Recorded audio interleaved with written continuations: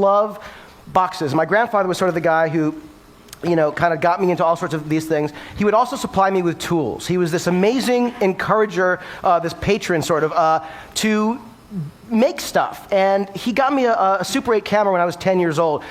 And in 1976, that was sort of an anomaly to be a 10-year-old kid that had access to a camera.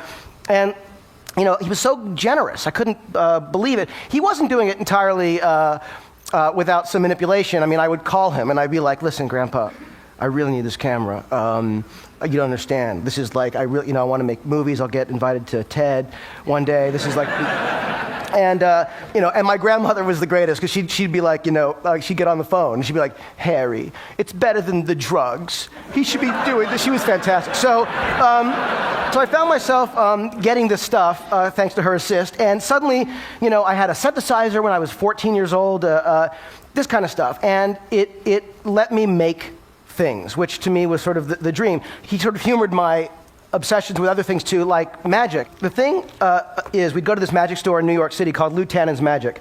It was this great magic store. It was a crappy little building in Midtown, but you'd be in the elevator would open, there'd be this little small magic store, you'd be in the magic store, and it was a magical place. So I got all these sort of magic tricks. Oh, here, I'll show you this kind of thing. So it'd be like,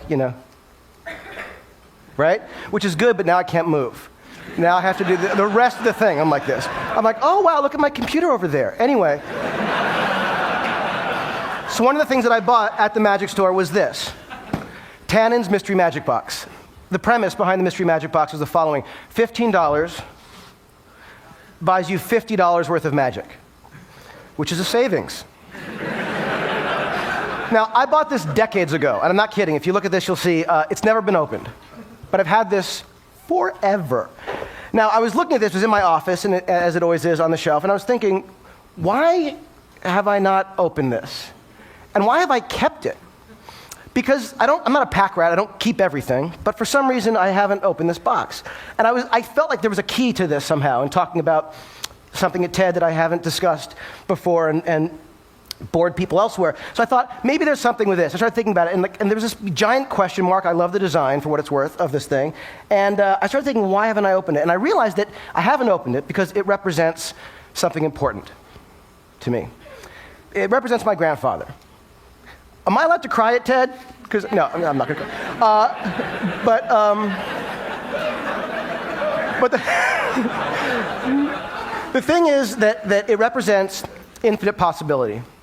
It represents hope. It represents potential. And what I love about this box, and what I realize I sort of do in whatever it is that I do, is I find myself drawn to infinite possibility and that sense of potential. And I realize that mystery is the catalyst for imagination. Now, it's not the most groundbreaking idea, but when I started to think that maybe there are times when mystery is more important than knowledge, I started getting interested in this. And so I started thinking about Lost and the stuff that we do, and I realized, oh my God, like mystery boxes are everywhere in what I do. And how, in the creation of Lost, Damon Lindelof and I, who created the show with me, we were